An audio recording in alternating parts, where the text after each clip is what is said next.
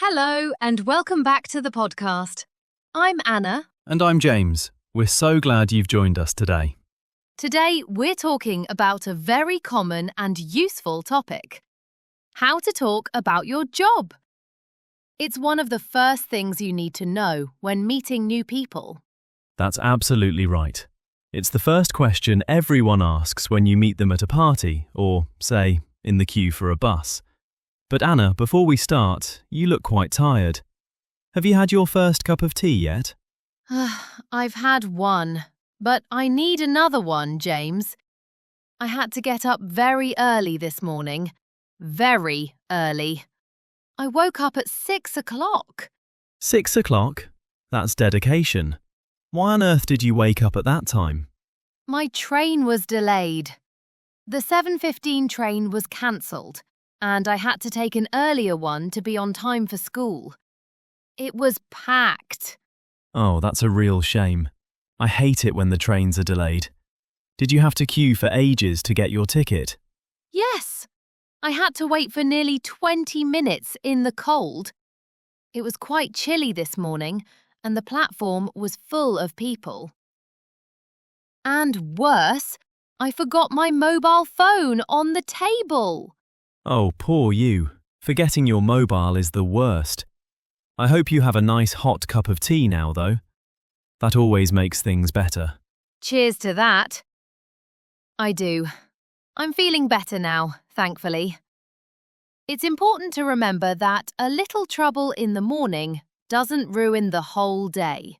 Exactly. We must try to be patient with these things. It's part of life in the city. Right, so let's talk jobs and forget the rush hour. James, what exactly do you do? I know you work with food, but tell our listeners more. Well, I work as a chef. I work in a restaurant in central London. It's an Italian place, mostly cooking pasta and pizzas. It's busy but good fun. A chef? I've always wanted to know about that. Is it a long walk from the tube station to your restaurant? It's about a 5-minute walk, so quite convenient actually. What about you, Anna? What is your job? I am a teacher. I teach little children, between 5 and 7 years old, at a primary school just outside of London. That is a wonderful job. So we both deal with very important things. You look after the future, and I look after people's dinner. That's one way to put it. Well, now that we've introduced ourselves, let's dive into the details. Well, I work as a chef. I work in a restaurant in central London. It's an Italian place, and my main responsibility is the pasta section. A chef? That sounds exciting. When people ask, what does a chef do exactly? What is your short answer? I cook. I prepare the food for our clients or customers before it goes out to the tables. I make starters, main courses and puddings. It's always a rush, but I like the fast pace. Do you like it? Is it a difficult job? You said you like the fast pace, which suggests it is busy. I love it. It's very creative, like art, but you can eat it. But yes, it is difficult. The kitchen is always very hot, and sometimes I have to work long hours. We open the restaurant at 12:30 for lunch, but I have to be there at 10 to prepare the fresh ingredients. Long hours? Do you often work on the weekend? The weekend is usually for resting. I often do. The weekend is the busiest time for the restaurant. I usually work Friday, Saturday and Sunday evening. But then, I have Monday and Tuesday off, which is nice. I don't mind. I like the energy of the kitchen. It is never boring. My responsibility is to make sure every plate is perfect. That is a big responsibility. Do you have a lot of co-workers? I do. I work with 5 other chefs. They are my colleagues. We have a meeting every Monday morning to talk about the menu and what new dishes we are planning for the coming week. We also talk about any problems we had with the food. That sounds well organised. I think it is very important to have good co-workers when the work is difficult. So, you cook for work. Do you like to cook when you are at home too? Not always. Sometimes I'm too tired. I have to look after the cooking all day. So when I get home, I just want something quick and simple, like cheese on toast. I must relax my feet after standing up for 10 hours. I understand that feeling. And you, Anna? What is your job? Tell us about your week. I am sure it is just as busy, if not busier, looking after children. I am a teacher. I teach little children between 5 and 7 years old at a primary school just outside of London. We start at 8:30 and finish at 3:30, but I have to stay later to prepare the next day's lessons. A primary school teacher. I think that is one of the most rewarding jobs, but also a tiring one. Do you teach the children how to cook? Sometimes we make simple things, like a fruit salad. But my main job is teaching them reading, writing, and maths. I have to look after the children all day, which means I must make sure they feel safe and happy. You must be very patient. I think I would struggle in a classroom. I'm used to shouting about the dinner service. Do you have a routine in your classroom? We have a strict routine, yes. The children like routines. First, we say good morning and sing a song. Then, we work on vocabulary. For example, next week, we are learning words for animals. That is a plan we have arranged for the future. That sounds great. What time do you start and what time do you finish? I arrive at school at 8 o'clock and the children come at 8:30. We finish at 3:30. But, as I said, I have to stay later to prepare the next day's lessons and activities. I usually leave at 5 o'clock. Oh, so it's a long day for you too. Do you often take work home? Sometimes. If I haven't finished marking their writing or planning my lessons, I have to finish them at my house. But I don't mind. When a child learns a new word or finally understands a maths problem, that is very rewarding. It makes me feel happy and good inside. That is a very great feeling, knowing your work is important. For me, when a client loves the food, I feel that reward too. But tell me, Anna, what is the most difficult part of teaching? It's when the children are sad, or when they can't stop arguing. Also, planning can be hard. I often have a question for my boss about the school's new rules. Oh, you have a question, not a doubt? Exactly. In English, if you have a problem or something you want to ask, you have a question.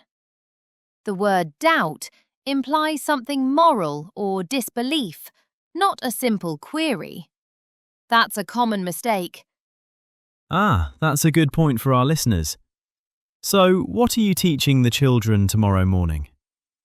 Tomorrow morning, we are reading a short story about a little bear who lives in the forest. It's already in the schedule.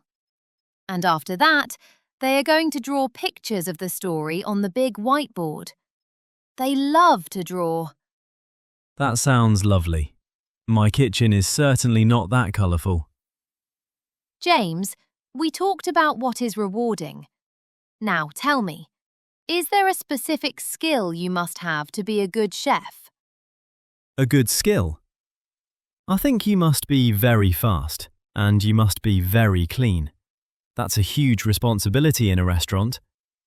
Also, I have to be good at working under pressure when the restaurant is full. Yes, that's a key skill. It sounds like you have to be very organised too. I have to be organised because if I forget a lesson, the children start running everywhere. I believe that. My most difficult part is actually about the money, or the bill. Dealing with the bill. Sometimes a client says, "I don't like this dish," and I have to make a new one quickly. I must keep the client happy, of course. Oh, I understand. Keeping your clients happy is a big responsibility. Do you have a lot of different dishes on your menu? We do. And sometimes the manager asks me to make up a new dessert quickly if one runs out. I have to be creative. You are just like my students. They are always trying to make up excuses for not doing their homework. I'm sure they are. But speaking of the evening, what do you do after you finish work at 5? Do you cook a big dinner every night? No, not often. When I get home, I'm usually too tired. I usually just look for my favourite takeaway menu. I don't always want to look after the cooking after a long day of teaching. I understand that completely. I certainly don't cook big restaurant meals at home. I often make toast and jam. Or sometimes I have some biscuits with my tea. They are quick and easy. That is very British of you. I prefer a bag of chips after a long day. Chips? Oh, you mean those crispy potato slices? Yes, crisps. Sorry, I meant crisps. I haven't quite managed to forget all my non-British food words yet. No worries. We understood. We are going to talk about those small vocabulary differences in a future episode. Well, Anna, I think we talked a lot about our jobs today. I feel like I know your classroom routine now. We really did, James. And I know you only eat toast and jam when you finish work. It has been a very useful conversation for our listeners. We used some great British English words and phrases that are really useful for the A2 level. Let's do a quick mini review before we say goodbye. Excellent idea. Let's quickly review the most important skills and vocabulary we used today. We talked about what you do. We used the pattern, I work as a chef, or I am a teacher. This is how you tell people your profession. Also, where you work. We said, I work in a restaurant, or I work in a school. Obligation. We used I have to for the things we must do as part of our job, like James having to be fast or me having to stay late to prepare lessons. And useful vocabulary. We used convenient, easy and quick. Co-worker, a person who works with you. And rewarding, makes you feel happy and satisfied. And remember the distinction between a question, a query or something you want to ask, and a doubt, a moral uncertainty or disbelief. Also, don't forget our British words like biscuits, not cookies. And crisps, not chips. Also, don't forget our British words like biscuits, not cookies. And crisps, not chips.